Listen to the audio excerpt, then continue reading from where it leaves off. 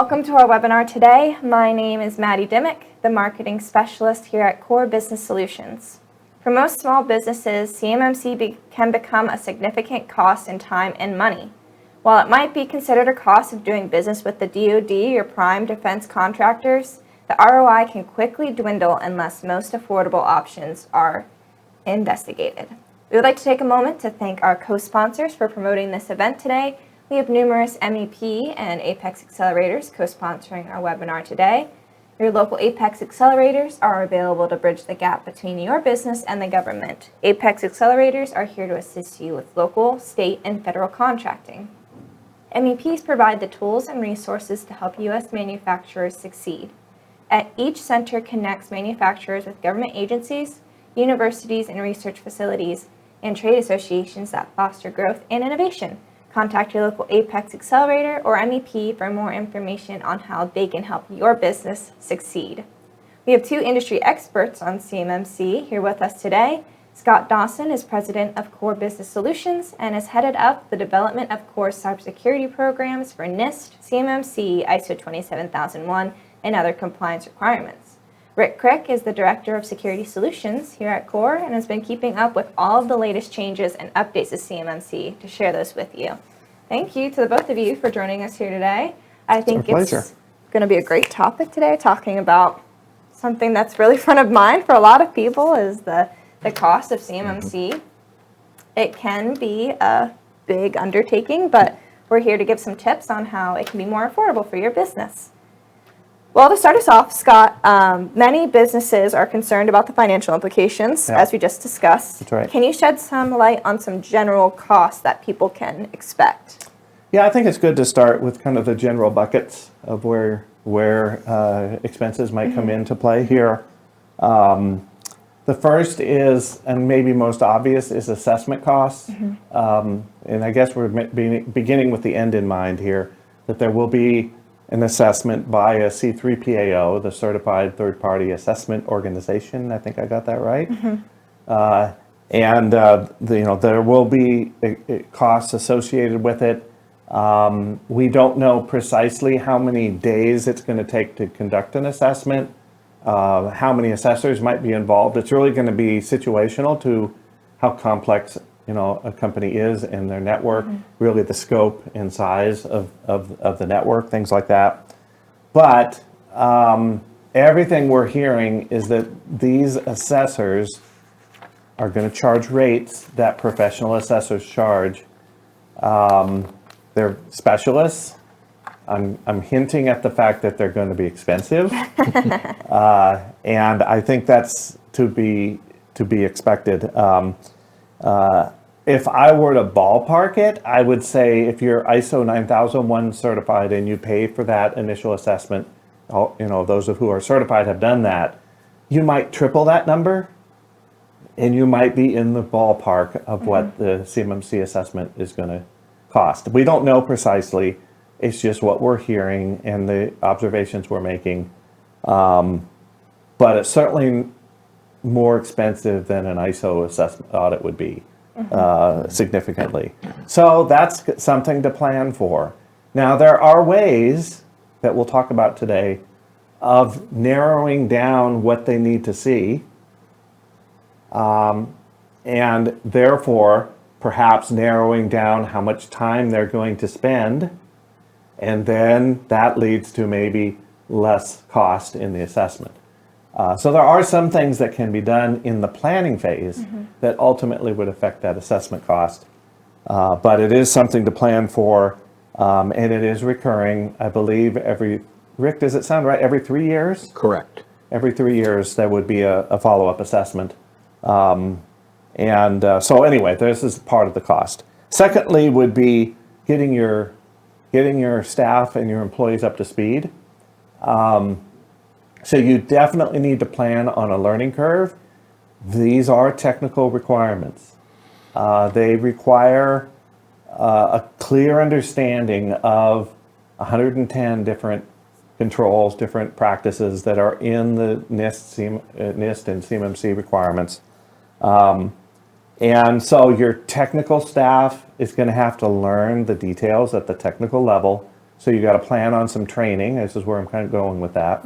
But also your managers, your senior management need to be involved and helping to create the culture and the priority of cybersecurity within the business. So management need to put some time and perhaps expense around getting management up to speed. And then all employees who are involved in protecting the CUI, the controlled unclassified information that we've talked about in previous months, they would need some training, in particular on the company's policies that they need to follow. And it certainly helps them to get some general awareness about the assessment and what to say to an assessor, what not to say, things like that. But in more specifically, the internal policies and practices and technologies of the company, employees need to know and be able to articulate how things are used. So there's training,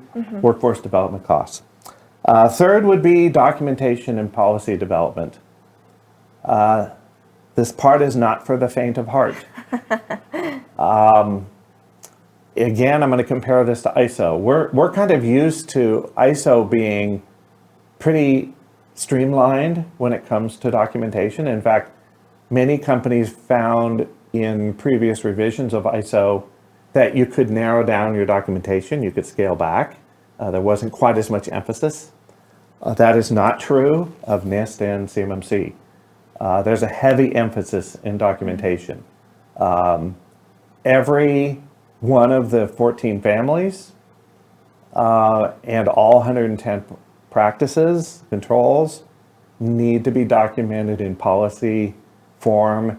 And then there is additional documentation that generates records, evidence artifacts is what they're called in this language, but generate the information, the files that are needed, whether they're paper documents or electronic documents. There's work to be done there. And then in some cases, having written procedures or instructions for employees to do certain things is going to be needed. So there's a heavy amount of documentation. I guess I shouldn't have skipped over the biggest document, which is the system security plan.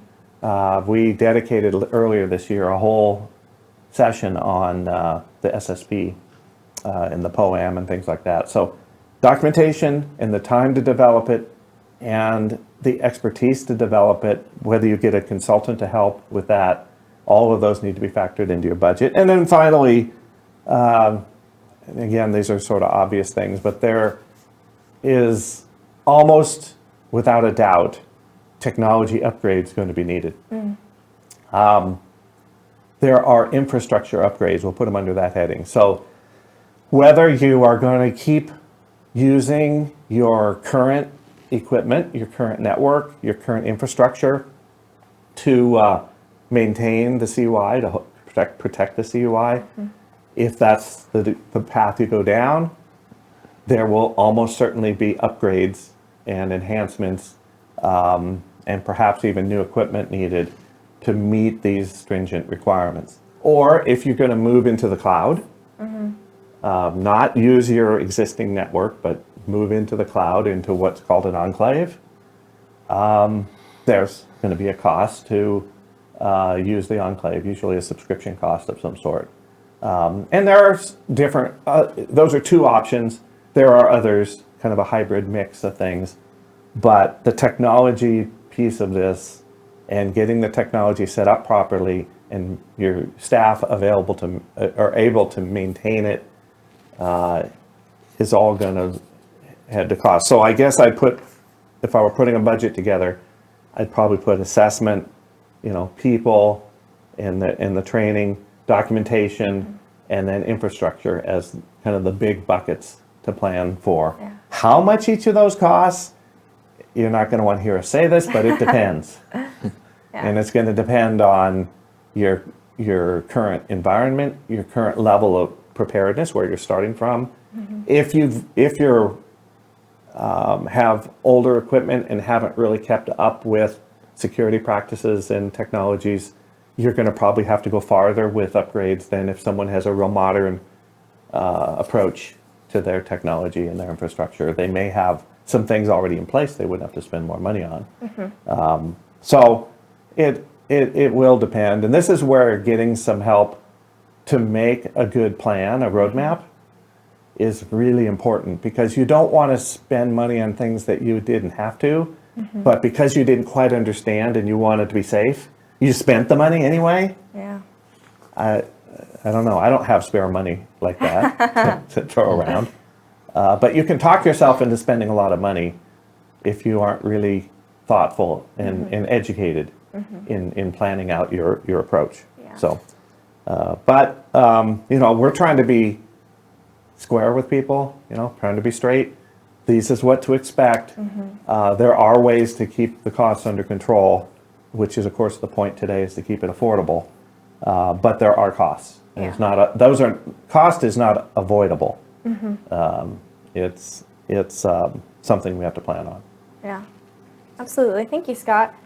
So, Rick, with the constantly evolving cybersecurity landscape, what specific costs can businesses look for, be prepared for when considering security solutions and tools? Great question. There are a couple key areas that we want to address. One is software related. Most people are familiar with antivirus. Yeah. So that is one of the first levels of defense that an organization would have. And there's costs associated with that. Then there are other specialized tools like remote monitoring and management tools, commonly referred to RMM tools, that help you monitor your environment in case there's any intrusions into it. Yeah. So there's costs related to that. There's also costs related to what we call a SIMS product, which is a security information event management tool that monitors all activities within your network. It identifies the various activities that are taking place, and it notifies you. That can be a tool that you use as an organization, or it can be part of a service that would you use. So those are some of the big software tools, applications that an individual would be running. Certainly there are more, but those are the key ones. From a hardware perspective, you're looking at things like a router for your firewall. That's important to limit who has access to your network. So you may have to reevaluate the one that you currently have. It may not be sufficient. It may not do everything that you need it to do. Even from a physical perspective, you may need cameras to monitor your environment, your physical facilities. Who's coming, who's going, who's lurking around the corners or whatever. So you have those type of things. And Scott mentioned them early, your computers. How outdated are they? They may be so outdated you can't run the tools that you need to run. They're not patchable anymore.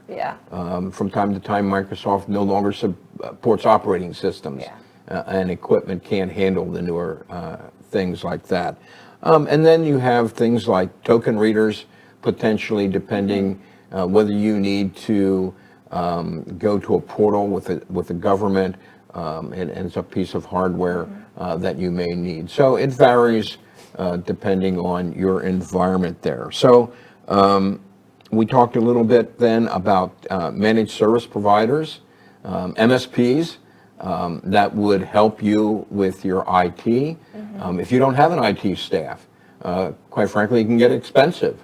No matter which way you go, there's expense, whether you try to do it in-house or whether you assign it outside with an MSP to provide those services, the patch management and things like that. So those are costs that you have to weigh, internal or externally provided. So those are some of the costs that inevitably you'll have in implementing this. And how much does that range from like expensive to inexpensive, or like Scott mentioned, does it just depend? None of it's inexpensive. You're talking technology.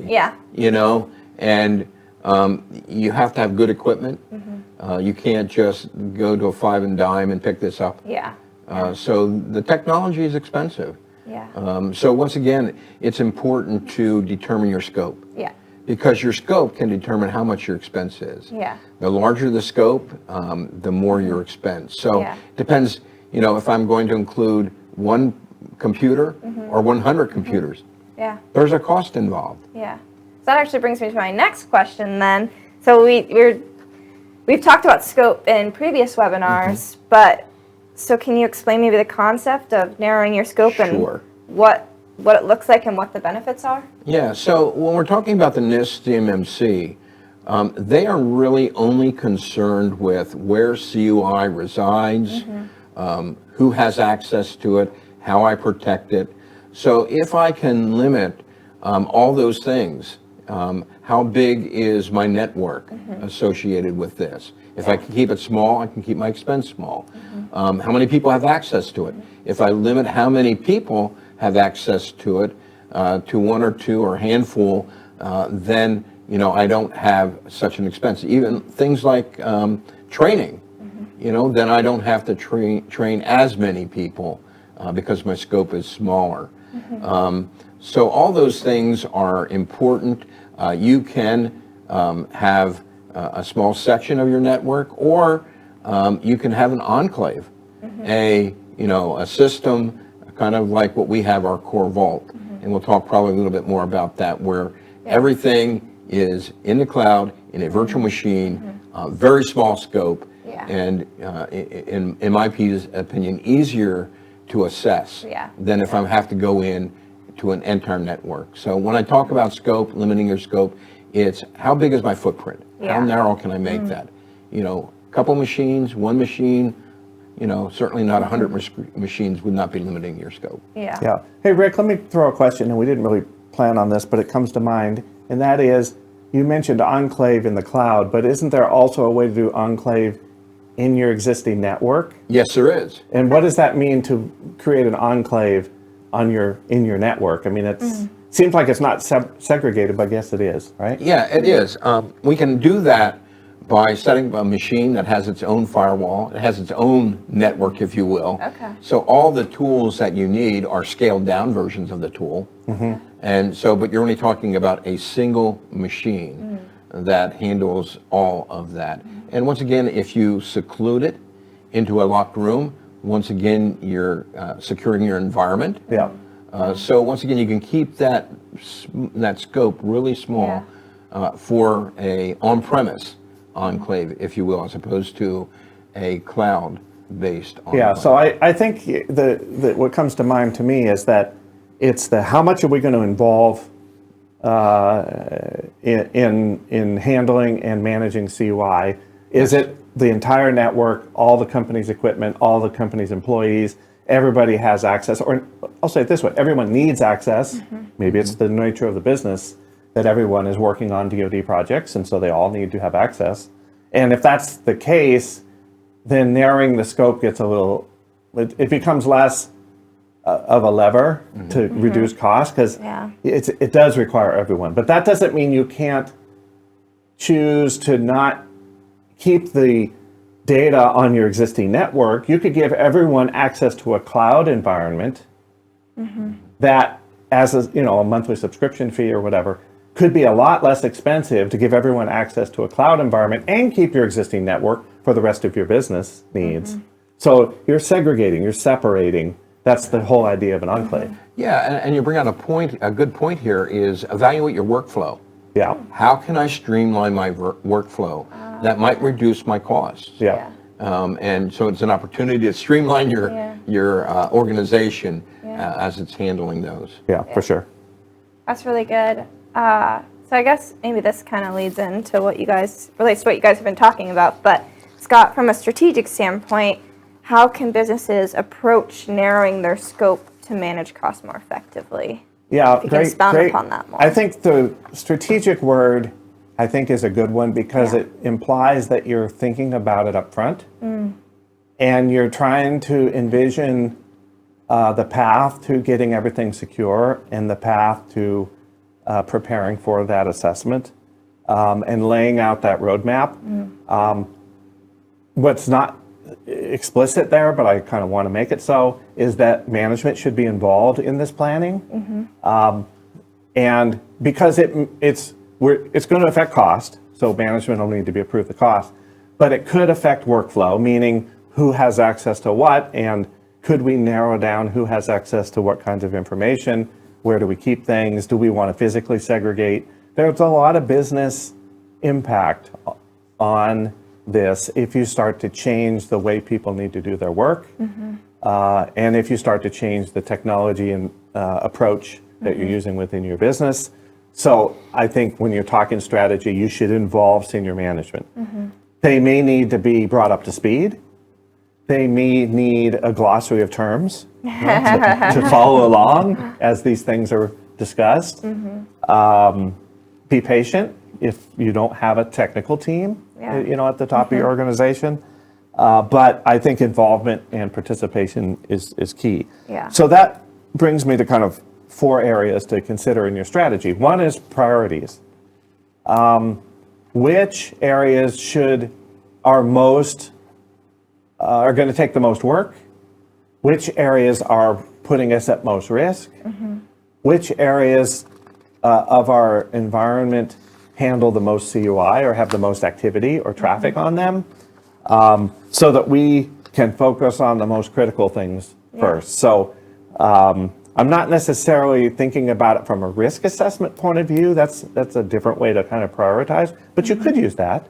But find a way to get the more important things, the more foundational things up front in your project, and you may find that alleviates some of the things you might need to do down the road because you've thought through the foundation.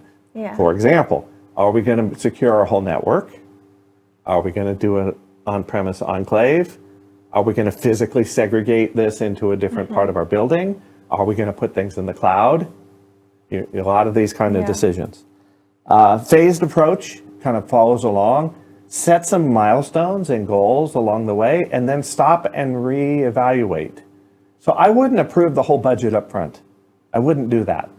I might have my tech team explain the things that they see us having to spend money on, or the path we need to go forward, and then what's the first set of things we need to do, and then let's regroup once that's there, because we might now have different options available that we weren't considering up front. So the phased approach has you make some decisions as you go, and it might ultimately save on spending money on things you thought you needed, and then it turns out you don't need, but you plan to spend the money, or you spend all the money anyway. I don't know. I like to step at a time kind of an approach. Understand what do you have in place today that could suffice, that is capable. Rick brought up firewall. If your firewall was purchased from Best Buy, and I'm not trying to discourage you from going to Best Buy, or the Walmart aisle, in the back where the TVs are in Walmart, it probably needs to be upgraded. The firewall demands require a professional piece of equipment, not a commercial level piece of equipment. So as a manager, as a business owner, I can ask a simple question: what type of equipment do we have in place? Is it professional grade or is it commercial grade equipment? I don't even have to know the technologies to know we're going to have to go with that more expensive approach. But if we have a firewall that is professional grade that was purchased in the last year or two, I'm just generalizing here, it probably would work if it's configured properly. That's another piece of this. Just because you have the device doesn't mean it's working right. And there are settings and configurations and setup and all these things that someone knowledgeable could get into. I couldn't do it. Rick might be able to do it. I can't do it. And get the thing set up properly and manage it properly. So really understanding what you have, understanding what you've already spent money on, and see if you can leverage it. I think that's a smart thing to do. And so push. I guess what I'm saying is when the laundry list of things comes back and says, here's all the things we need to do, I would, as a business owner, be asking some questions. Why do we need to upgrade? what's wrong with the equipment we have. Not to be difficult or not to avoid meeting the requirements, but to avoid unnecessary expense. Yeah. I think that's important. And then finally, collaborating with other organizations, collaborating within your organization, see if putting two heads together comes up with a better idea than just a small group. I think getting people involved and thinking through what the path forward is can ultimately help maybe narrow down the workflow, narrow down the people that need to be involved. Maybe there's an assumption, hey, we're primarily a defense-oriented business. We would have to have everybody involved. Well, do the people in the front office need to have access to these technical drawings, for example? Could you eliminate, somebody in the admin department from having to have access? Could that be where you start to draw some separation? But if you don't collaborate and get a lot of good information, you may not think of creative ways to cut down on expenses as you work through it. So I think I would approach it just like any other business problem that's complicated. Think about a new product launch, or think about getting into a new market, or bringing a new production line up and running. It's at that level of planning we're talking, that you've got to think it through and get the right people involved to make good decisions. Yeah. So are there any questions that people can ask themselves to help narrow the scope as well? I think we'll put a few on the screen just to kind of refer to those. One is, what types of CUI do we have?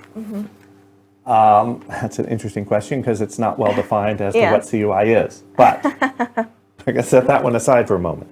What documentation and information related to a defense contract do you have within your business and is utilized by people to get their job done? That is CUI. And where is it kept? Electronically, physically too, but primarily electronically. Where is it kept? Where is it stored? Where is it backed up? Who accesses it? All those kind of things. Secondly, which departments or teams use CUI the most?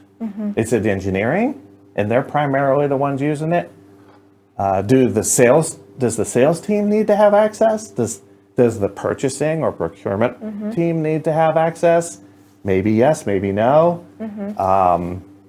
Manufacturing, what information do they need to have? Many manufacturing environments need physical drawings, paper, because of the workspace that they're in or the workflow. How are those paper copies going to be kept, and who needs to have access to them? So that's another key question. Are there any redundant things that happen that we could cut back on? Workflow. Does your current, what's called cybersecurity posture, that's a fancy word, is this setup and use of your environment in line with CMMC requirements? Or do we fall far short of CMMC requirements? That's kind of what that's asking. Do the procedures we have in place maintain our environment to meet CMMC requirements? Or it's how we originally set it up, but we don't maintain it that way anymore. We've had to make other changes, so therefore it's opened up some problems. And then, is there any information that could be data that could be isolated or removed from CMMC scope? Again, narrowing things down. Yeah. Thank you, Scott.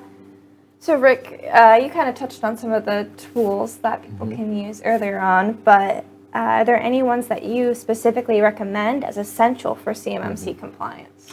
Yeah, I think there's a number of tools that you'll want to have to meet the requirements that are, you could look at them as bare essentials, if you will. We talked about the RMM tool, the rope monitoring management tool. Definitely that's important. You have your antivirus. So from the software perspective, we've talked about some of those, SIMS control. Another very important one is MFA, multi-factor authentication, is critical. That may require some training of your staff that, I have to use one more piece to log on. And why are we doing that? Yeah. Because we want a safe environment. So there's that. There's also encryption that you have to have, both for your hard drives where data resides. You want to have it encrypted so that somebody can't just hack in and look at it. But if it's encrypted, it has a level of protection. Encryption for your email as well. You don't want that intercepted. Yeah. So when we're looking from a software perspective, those are some critical components that will help you become compliant to the requirements, specifically for NIST and CMMC. From a cloud services providers, one of the requirements specifically for NIST and CMMC is that they are FedRAMP moderate or equivalent. So once again, you just can't throw something up in the cloud somewhere. It has to be secured and meet certain requirements for that safety, for the encryption level, access level, and those type of things. From an access control perspective, once again, your multi-factor authentication. You also have group policies that you could set up to help you with those. So those are some of the items that you would want to have in place as you move forward. Certainly antivirus, once again, you should have that already. We've known that's been a key essential component from day one. Yeah, absolutely. Thank you, Rick.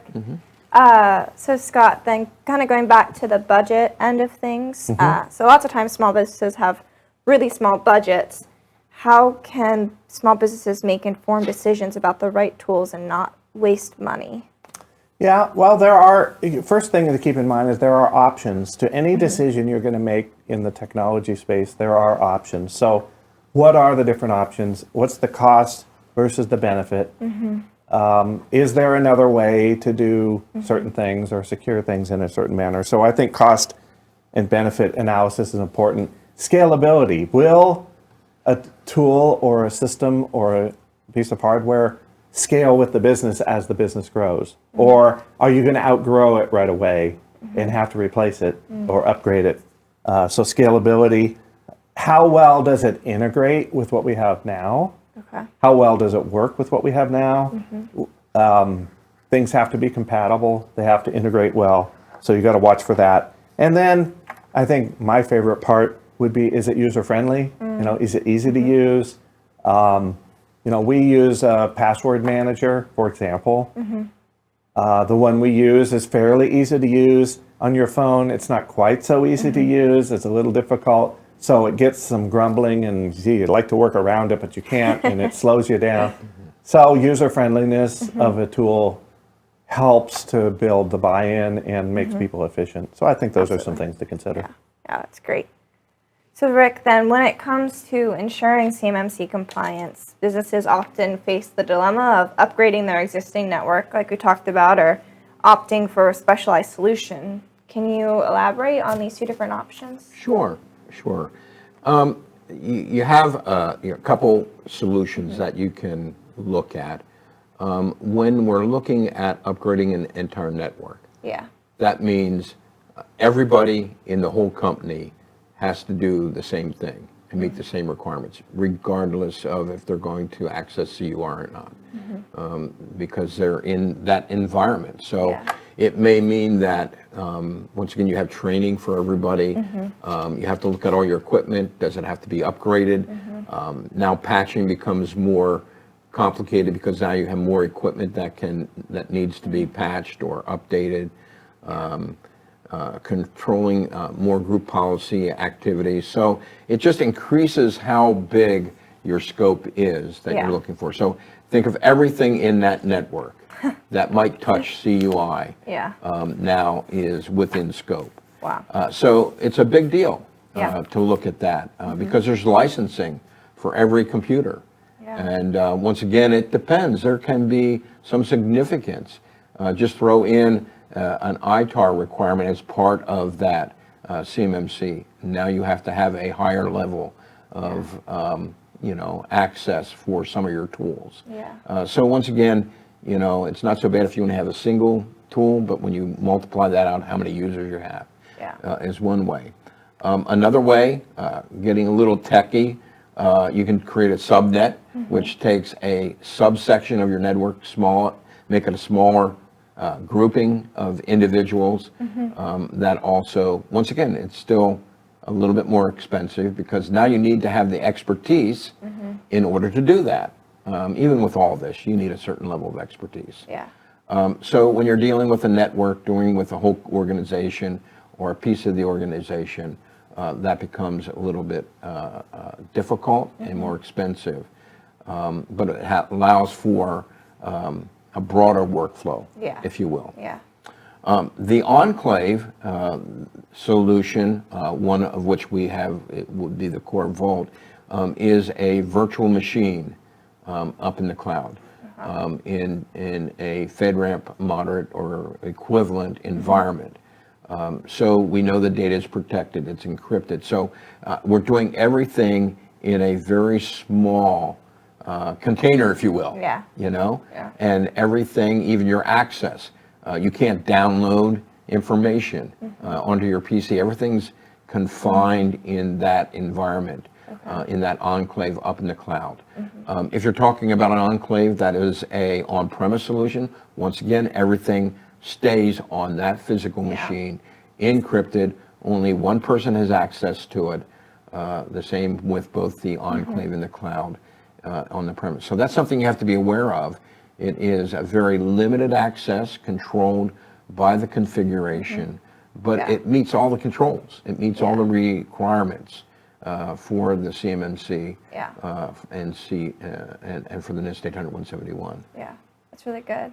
So speaking of the Core Vault, which is our enclave solution we have, which is one of many different types of enclave solutions, just to maybe explain to people who aren't familiar with that option, maybe they didn't even realize that was a thing, could you give us like a demonstration or just explain kind of more how it works? Sure. So I think we have a video of that. Yes. That might be good to go through. Yeah. The DoD's cybersecurity requirements call for advanced protections, but you don't need to overhaul your network to meet the requirements.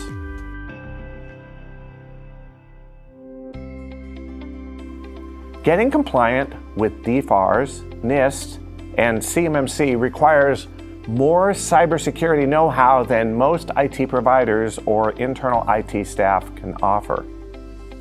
Even after spending time and money to painstakingly upgrade your systems, you're still left to figure out the complicated requirements, policies, and documentation. Instead, let us worry about compliance and cybersecurity so you can focus on your business. Core Vault offers total compliance in one cloud-based solution. With Core Vault, you don't need to go through endless network upgrades. Instead, you access CUI and FCI from a separate cloud-based enclave that's ready-made for CMMC and DFARS compliance. Out of the box, Core Vault makes you compliant with 82 of the 110 NIST requirements. And for the rest, we provide policy templates and expert support to help you reach a perfect 110 maximum SPURS score in as little as 30 days. So how does this work? Core Vault is essentially a virtual PC. You can log in from almost any device and work like you would on your regular Windows computer. It's built and hosted in the AWS GovCloud, the same secure cloud-based system used by the US government itself. On top of that, we've added best-in-class security technologies that you need to meet DoD requirements, such as secure file sharing that works just like Dropbox, two-factor authentication, email encryption and scanning to keep your communications secure and prevent harmful links and attachments, and managed data backup to prevent accidental data deletion and protect you from ransomware. But Core Vault is more than technology. Our own cybersecurity experts monitor and manage your vault, keeping you up to date and compliant. Core Vault also includes cybersecurity awareness training for you and your team to build cybersecurity into your everyday workflow. Core Vault is everything you need to achieve your maximum SPURS score, meet the requirements, and keep your federal contracts. No network overhaul or technical jargon required. Contact Core Business Solutions today to learn more.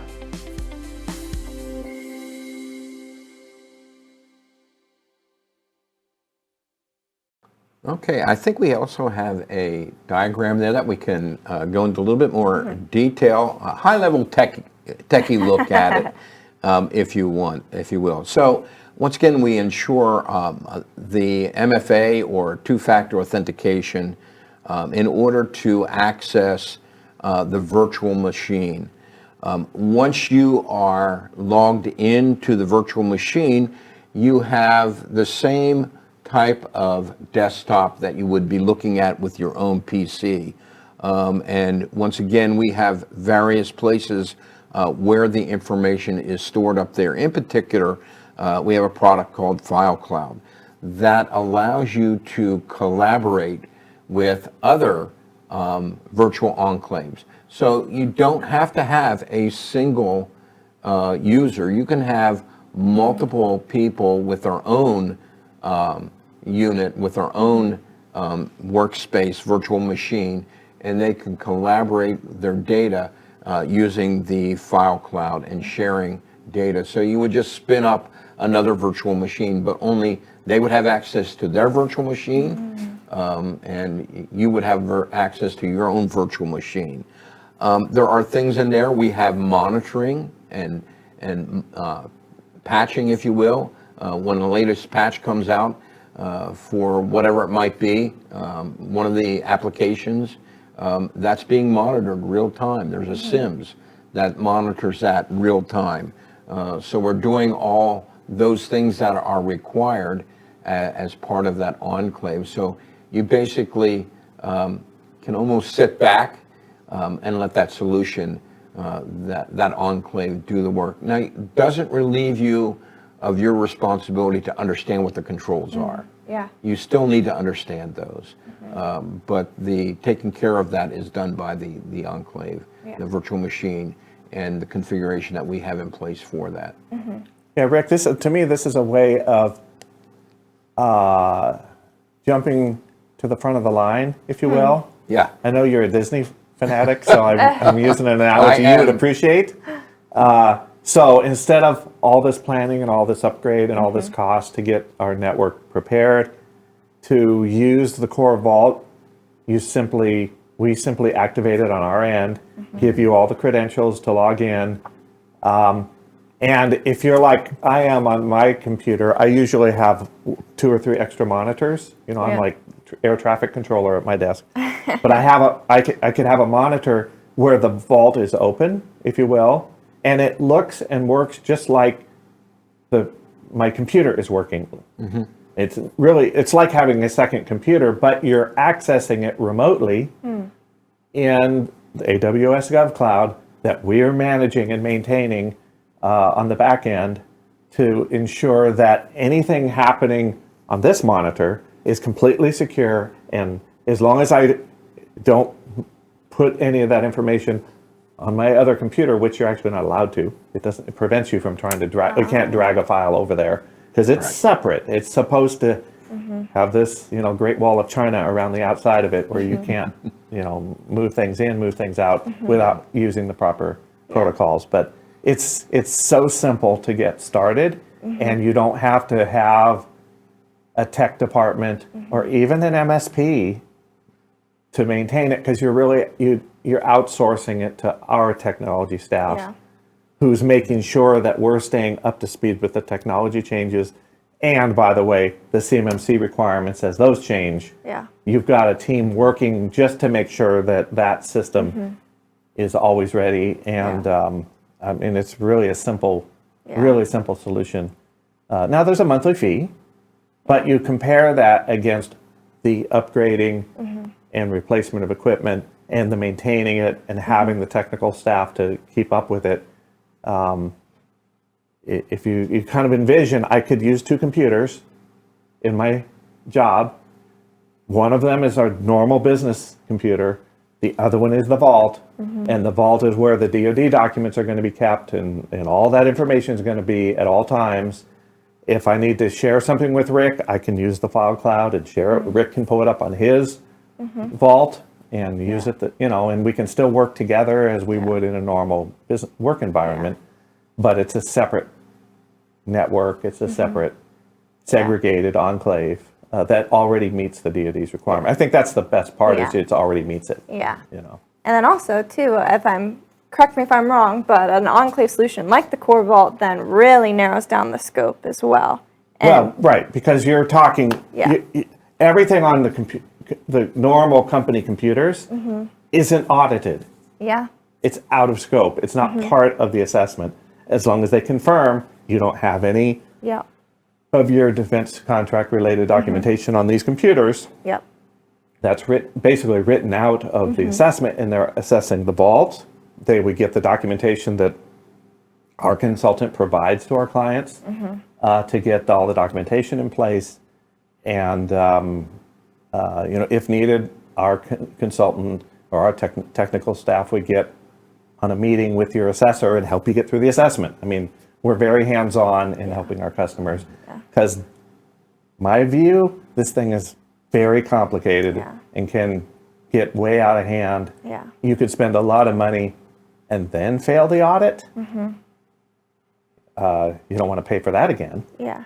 So having someone who specializes, I think it's the specialist piece of this, where the real value is there. And our team is fantastic. Rick leads the team, and they're just amazing. To make it as simple as possible for any business, but particularly for smaller companies. That's really what we set it up for. Yeah, that's really good.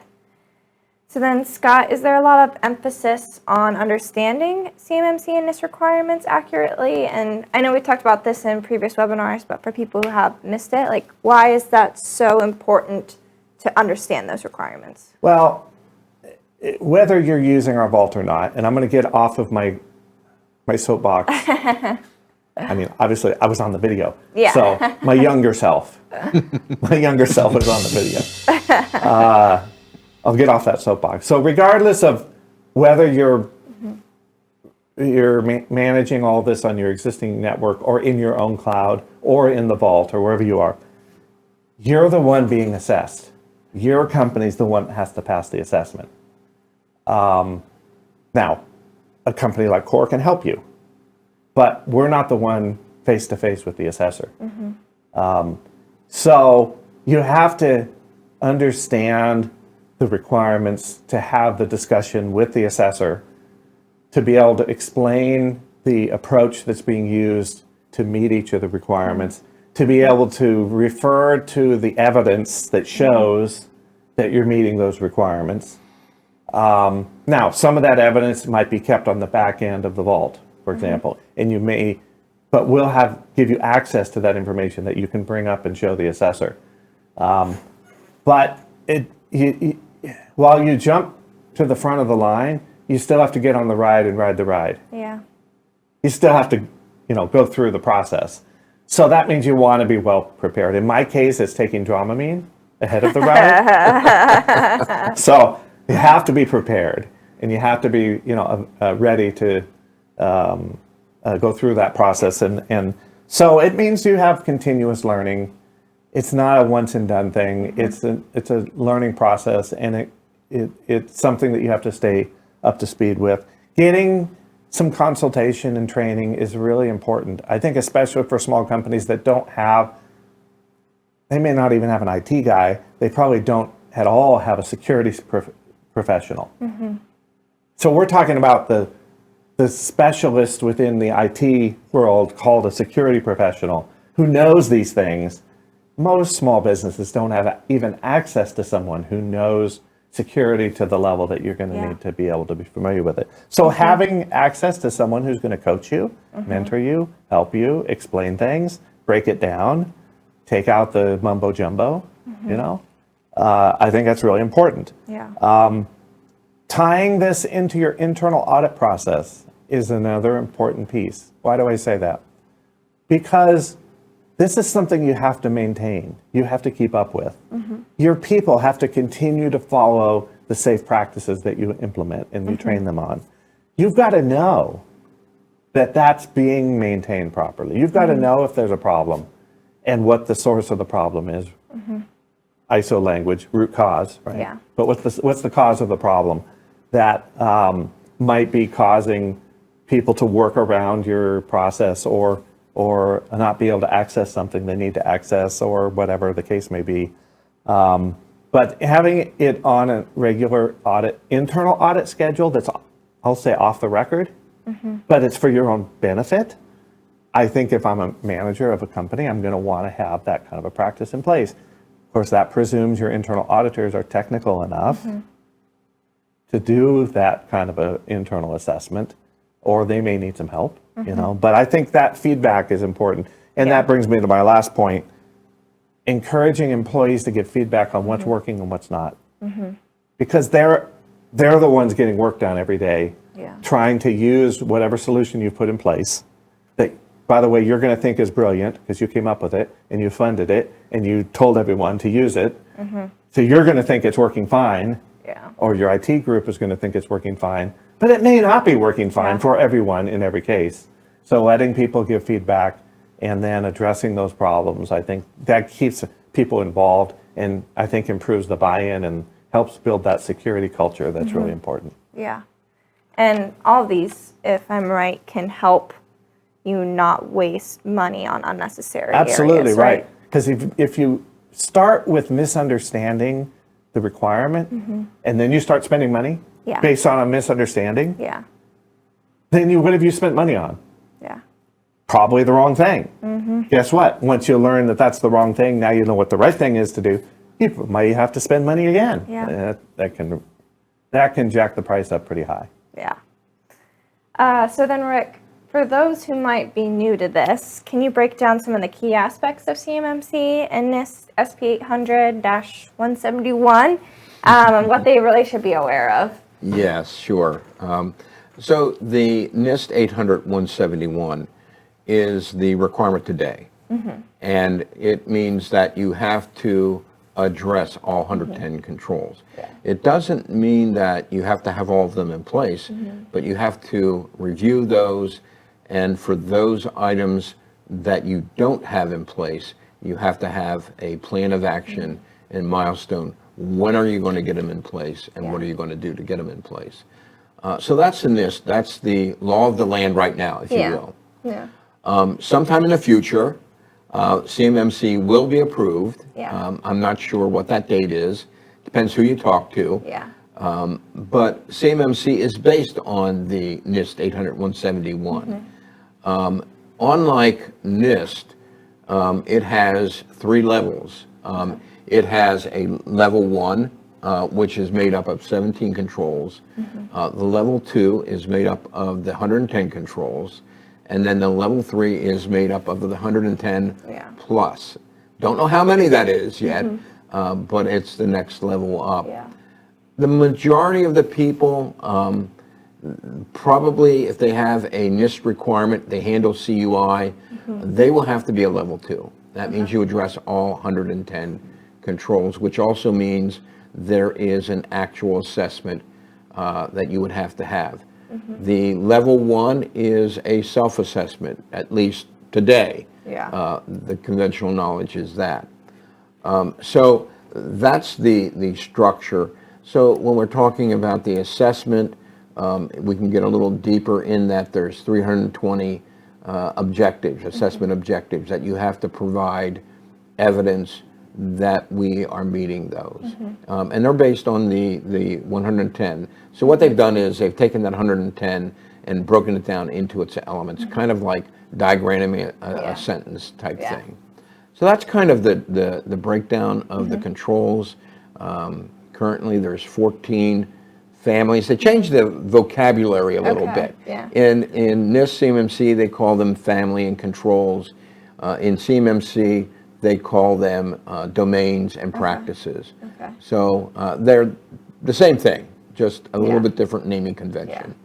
And those basics are just even really good to know super well, because we've heard of people offering right now currently CMMC certification, Yeah. and it's not even a thing yet. So you Oh, don't right. talk about a big cost waster. Yeah, exactly right. Wasting your money on to get something that isn't even. Isn't even available, and people are, Yeah. there's a lot. One quick comment about that. This CMMC's been coming for a while. It was announced 2 or 3 years ago that it was coming. And there were short, like 1 year time frames. Hey, next year it's going to be coming. And then by the time you get to that year, no, it's now the next year. And then it's the next year. So people have been thinking about this and preparing for a long time. There are a lot of vendors and service providers like Core who've been at this for a long time. There are some who are trying to recover their investment now. And I don't want to go further with that comment, but buyer beware, be clear in your mind, to your point, Maddie, about what is required today. Rick's exactly right. NIST is the law of the land today, based on the DFARS regulations. CMMC is coming, and there will be more to learn about CMMC as it gets closer. This year, it's said to come out next year. Yeah. It's as close as we're going to get to trying to predict what's really going to happen. Yeah. But today, meeting the NIST requirements is important. Today, protecting CUI is important. You're liable contractually and legally to protect CUI today following the NIST requirements. Yeah. So there's no reason to drag your feet on getting your technology solution in place.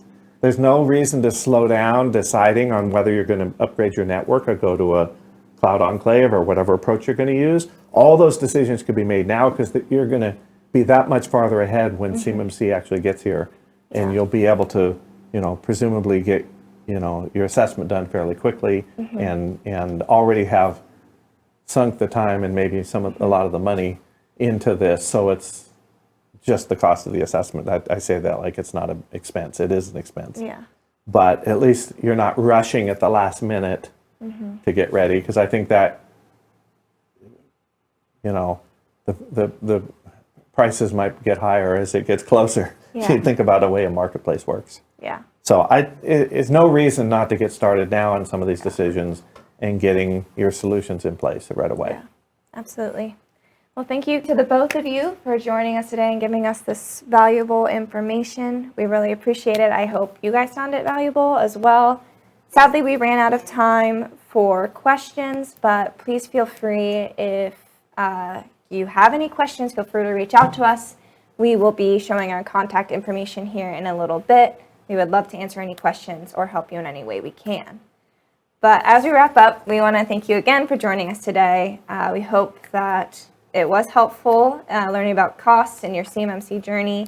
Members of our consulting team are available to help you better prepare for CMMC. Our experts are able to help you lay out a plan for CMMC compliance. If you're interested in more information about our CMMC programs for small business, please contact us at info@thecoresolution.com. We want to thank all of our co-sponsors again for promoting today's webinar and taking part in sharing this important information about CMMC. I would also like to take a moment to share some more information about Apex Accelerators. Apex Accelerators are a bridge between businesses and government. They're funded by federal and state sources. It's a nationwide program with 94 centers and approximately 630 counselors. You can see here on the next slide that the map of all the Pennsylvania Apex Accelerators. So if you live in Pennsylvania, you can find your Apex Accelerator that's for your area and get connected to them.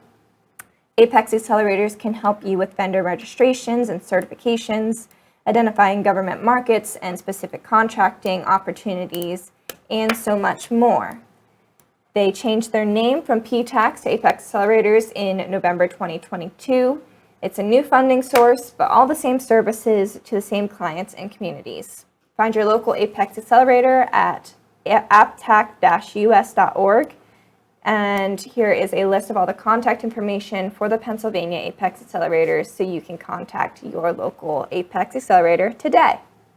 Finally, Next month, we'll be having a webinar on CMMC with no IT staff. This webinar will explain how to implement CMMC without technical experience of a dedicated IT staff. Please join us on Thursday, October 19th at 2 p.m. Eastern Time to learn more about the IT skills gap common to small businesses.